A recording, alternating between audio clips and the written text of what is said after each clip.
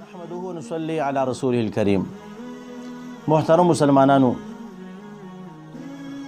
یو پنځپیری مولا حضرت علی ربانی د یو بیان کړی و چې کوم بخاري شریف کې حدیث مبارک ته په دغه کې دوکه کړې وه چې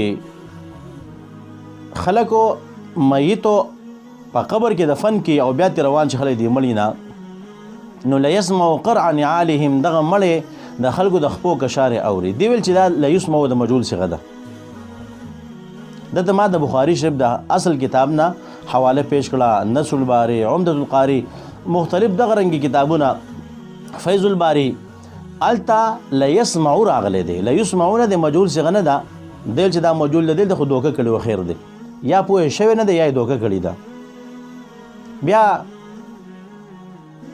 استاذ المناظرین، مناظر اسلام، وکیل احناف حضرت مولانا مفتی ندیم محمودی صاحب دیو د دې کلیپ جواب وکړو. نو مفتی صاحب محترم صاحب ویل چې دا وایي چې لیسمعو قرع نعالهم. مفتی صاحب دلته چې کوم دی قرع منصوب ویلو چې دا پنځپیری وایي چې دا لیسمعو دی، او بیا اخ ورسه قرع نعالي منصوب ویلو، نو بس دله اوس جوړه شوه چې دا خو لیسمعو قرع نعالهم ما ویلی دی او تا د خو ما اعراب صحیح کړي وو، ته به دې نه پوهېږې. ډېر بکواسات یې کړي دي. زه ستا نه مختصر تپوس کوم، ته چې کوم دی داسې اوچتې اوچتې وې او دا لوی لوی خبرې کې. اول نمبر تا چې ما کوم جواب درکړی د دغې جواب ته راکړه. تا دوکه کړله یا د سره پوه شوی نه؟ تا د ما د کتابونو حواله درکړه، دغه نه پوهېږي، ته شیخ الکلو فی الکلو مع الکل راغلی. تا کومه توره کړې ده د قرآن پاک آیات چلو په حدیث مبارک باندې عام طور باندې اعراب نه وي، انسان باغی کې خطا کېدی شي. نو مفتی صاحب چلو دلته لیسمعو قرع نعالهم ویلو، نو تا د قرآن پاک چې زبر زیر پیش هر څه پې واضح دی ښکاري، او ته بیا وایې چې ان الابرار لفی علیین. دا به کوم ذکر راغلی دی؟ تاسو دا اورئ؟ روح که نیک وي الله یې علیین ته ولیږي، ان الابرار لفی علیین. نو دا په کوم ځای کې راغلی دی؟ اول خو دې ماته چې کوم دی جواب راکړه، په بل پسې چې کوم دی خبرې مه کوه، بل ته چې کوم دی ګوته مه نیسه.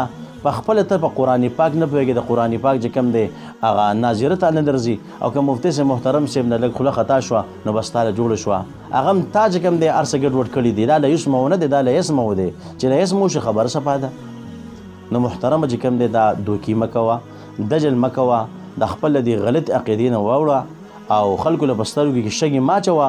او انشاءالله تعالی چې څومره زمانه کېږي ستا د هر دجل، ستا د هر دوکي، ستا د هر فراډ او د دروغ به انشاءالله زه چې کوم دی مضبوط جواب کومه. چې څومره زما سامعین حضرات ورونه دي، بالکل تاسو مضبوط او تیار اوسېږئ چې کله هم دا دغه شان دجل کوي، دروغ وایي، نو انشاءالله دلته به چې کوم دی غاښ ماتونکی جواب په ټیم باندې میلاویږي.